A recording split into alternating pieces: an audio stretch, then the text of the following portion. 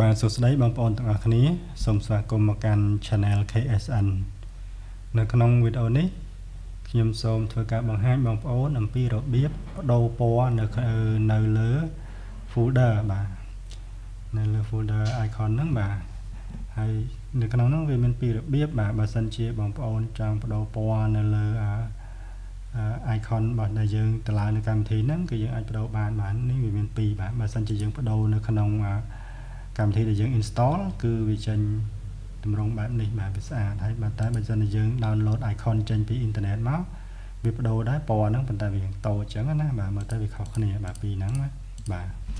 អញ្ចឹងដើម្បីយើងបដូរពណ៌នៅ color ពណ៌នេះបានបងប្អូនត្រូវមានកម្មវិធីមួយបាទយើង install កម្មវិធីមួយហ្នឹងបាទដែលមានឈ្មោះថា folder highlight Windows 11បាទបងប្អូនវាពាក្យហ្នឹងហើយបងប្អូនចូលមកដល់កន្លែងហ្នឹងបងប្អូននឹងឃើញពាក្យថា folder highlight បាទអញ្ចឹងបងប្អូន select លើហ្នឹងមកវាចូលមកដល់នេះបងប្អូន scroll អស់ចុះមកក្រោមឲ្យអស់បាទអស់មកក្រោមផុតចេញមកបងប្អូននឹងឃើញប៊ីតុង download នេះបាទអញ្ចឹងបងប្អូនចុច download ហ្នឹងមកបាទគឺវានឹង load ចូលទៅកន្លែង download នេះបាទអញ្ចឹងពេល download ចូលមកដល់នេះបាទបងប្អូននឹងឃើញកម្មវិធីហ្នឹងហើយបងប្អូនបើកមកបងប្អូន install ទៅបាទពេល install ចប់បងប្អូនអាចធ្វើការផ្លាស់ប្ដូរពណ៌បានហើយបាទអញ្ចឹងយើងចូលមកមើលនៅក្នុងកម្មវិធីនេះបាទអញ្ចឹងដោយសារខ្ញុំបាន install រួចរាល់ហើយអញ្ចឹងខ្ញុំចូលទៅអនុវត្តបដូរតែម្ដងបាទអញ្ចឹងដើម្បីបដូរបានបងប្អូនគ្រាន់តែមកខាងស្ដាំបាទបន្ទាប់មកបងប្អូនយក property នេះមកបាទបងប្អូនចូល property នេះមកបាទរួចហើយបងប្អូនចូលមកកន្លែងនេះបាទ customize នេះ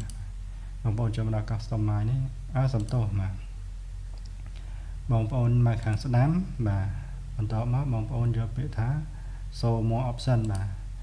បងប្អូនចូលមកដល់ show more option នេះបងប្អូននឹងឃើញនេះបាទកន្លែង folder highlight បាទអញ្ចឹងនៅកន្លែង folder highlight នេះបាទវាមានពណ៌ឲ្យបងប្អូនជ្រើសរើសបាទវាមានប្រមាណពណ៌ហ្នឹងបាទ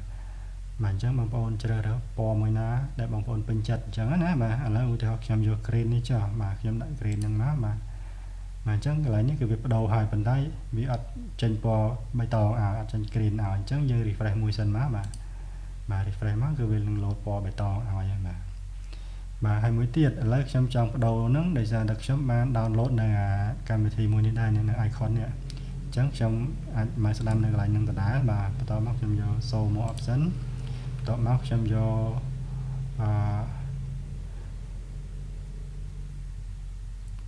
ខ្ញុំយកនេះមក property បាទយក property មកបន្ទាប់មកខ្ញុំយក customize បាទបន្ទាប់មកឃើញកន្លែង change icon នេះបងប្អូនចុចកន្លែងហ្នឹងមកបន្ទាប់មកបងប្អូនប្រើទៅរកនេះបាទកន្លែងនេះគឺយើងអាចដូរបានដែរបាទប៉ុន្តែវាគ្រាន់តែថាវាអត់ទៅធំស្មើដូចគេចេះណាបាទអញ្ចឹងខ្ញុំដូរឲ្យបងប្អូនមើលតើវាខុសប្លែកយ៉ាងម៉េចបាទឥឡូវខ្ញុំយកពណ៌ឧទាហរណ៍ថាពណ៌នេះចាស់បាទអញ្ចឹងខ្ញុំ select លើនឹងមកបន្ទាប់មកខ្ញុំ open បាទបន្ទាប់មកអូខេបាទរួចហើយ apply អូខេបាទអញ្ចឹងឃើញវាដូរហើយបាទប៉ុន្តែដូរមកតម្រងវាតូចបាទឃើញទេវា icon វាតូចជាងគេនេះបាទអានឹងក៏ដូរបានដែរប៉ុន្តែវាមិនមែនជាលក្ខណៈ highlight នេះទេអានេះវាទៅជា icon ណាបាទព្រោះនៅក្នុងនេះគឺយើងបដូរនៅក្នុង icon បាទអញ្ចឹងប៉ុន្តែវាលេងពណ៌បានដូចគ្នាយើងអាចជ្រើសរើសពណ៌បានដូចតែឥឡូវខ្ញុំដូរនេះមួយទៀតចាបាទ show more option បាទបន្តមកយក property បន្តមក customize បាទ change icon កន្លែងនេះគឺយើងអត់យកកន្លែងនេះទេកន្លែងនេះគឺយើងអាចយក icon នេះបានដែរប៉ុន្តែយើងចង់បានពណ៌អញ្ចឹងយើងប្រើទៅរកមកបាទប្រើទៅរក icon ដែលយើងចង់បានបាទឥឡូវឧទាហរណ៍ថាខ្ញុំយកពណ៌នេះចុះបាទហើយអូខេបន្ទាប់មកអូខេទៀតឬហើយ apply អូខេបាទគឺវាដូរឲ្យបាទបើអត់តាន់ដូរឲ្យបងប្អូន refresh មួយមកបាទគឺវាដូរឲ្យដូចគ្នាបាទអានេះគឺវា change icon color បាទហើយនេះគឺ folder highlight បាទហើយកន្លែង icon ហ្នឹងបងប្អូនអាចបដូរបានដូចខ្ញុំដូរកន្លែងនេះចឹងនេះឥឡូវមកថាខ្ញុំបដូរ icon នេះមួយទៀតទៅ icon ផ្សេងណាបាទ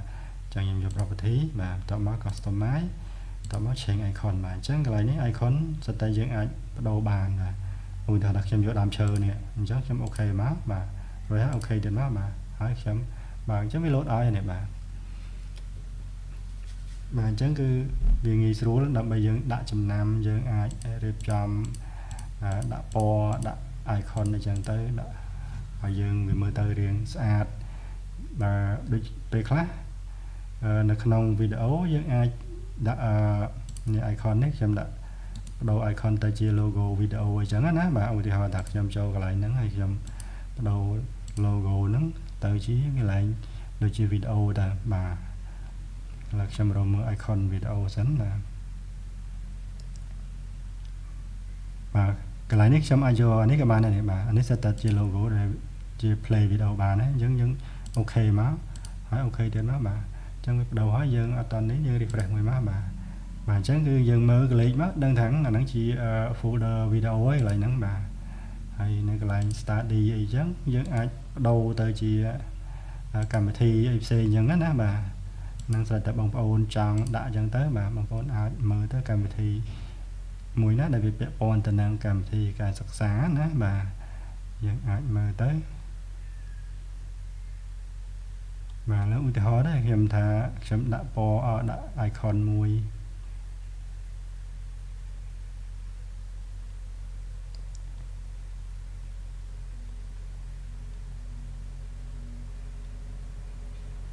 ឥឡូវខ្ញុំដាក់នេះចាស់បាទដាក់រូបនេះមើលសិនខ្ញុំមើលមួយទៀតសិន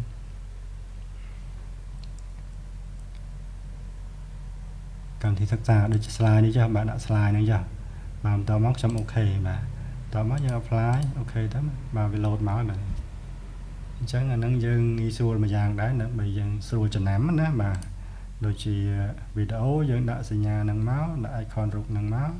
ហើយ study នេះយើងដាក់ជា slide អញ្ចឹងទៅបាទហើយកម្មវិធី software យើងអាចដាក់នៅកម្មវិធីអីផ្សេងៗតាមដែលបងប្អូនចង់ដាក់អញ្ចឹងណាបាទដូចជារូបភាពអីអញ្ចឹងបងប្អូនអាចដូរបានតាមហ្នឹងអញ្ចឹងណាបាទឥឡូវខ្ញុំសាកដាក់រូបភាពមួយទៀតបាទហើយខ្ញុំយកបាទរូបភាព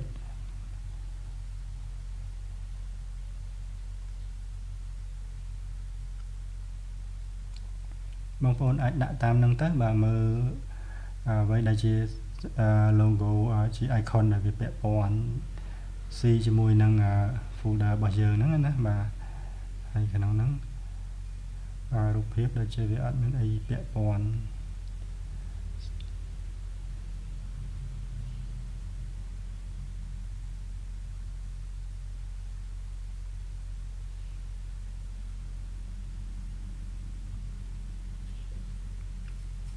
ឥឡូវខ្ញុំសំមើបន្តិចសិនបាទឥឡូវខ្ញុំអាចដាក់រូបនេះបានដែរបាទដាក់រូបមនុស្សនេះបាទខ្ញុំអាចជាឧទាហរណ៍អញ្ចឹងទៅបាទតោះមកវាចេញហើយបាទអញ្ចឹងយើងអាចចំណាំបានអានេះជាវីដេអូអានេះជាការរៀនចំណេះដឹងបាទហើយនេះរូបភាពបាទអញ្ចឹងអាចទៅឃើញរូបមនុស្សពីរនាក់ហ្នឹងខ្ញុំដឹងថាអាហ្នឹងជា folder របស់រូបភាពហើយខ្ញុំឃើញicon មួយនេះគឺខ្ញុំដឹងថាវាជា folder ដែលយើងត្រូវរៀនអញ្ចឹងណាបាទខ្ញុំដាក់បន្ទុកមេរៀនអីនៅក្នុងហ្នឹងហើយ folder មួយនេះខ្ញុំមើលទៅខ្ញុំដឹងថាជា folder សុទ្ធតែវីដេអូឯនៅក្នុងហ្នឹងអញ្ចឹងណាបាទអញ្ចឹងគឺមានប៉ុណ្ណឹងបាទអញ្ចឹងសូមបញ្ចប់ត្រឹមហ្នឹងហើយបងប្អូនអាចជួយ subscribe channel របស់ខ្ញុំម្នាក់មួយផងបើគិតថាអាចបាទហើយអញ្ចឹងខ្ញុំសូមបញ្ចប់ប៉ុណ្ណឹងបាទសូមបងប្អូនជួយ subscribe channel របស់ខ្ញុំម្នាក់មួយផងបាទអរគុណច្រើន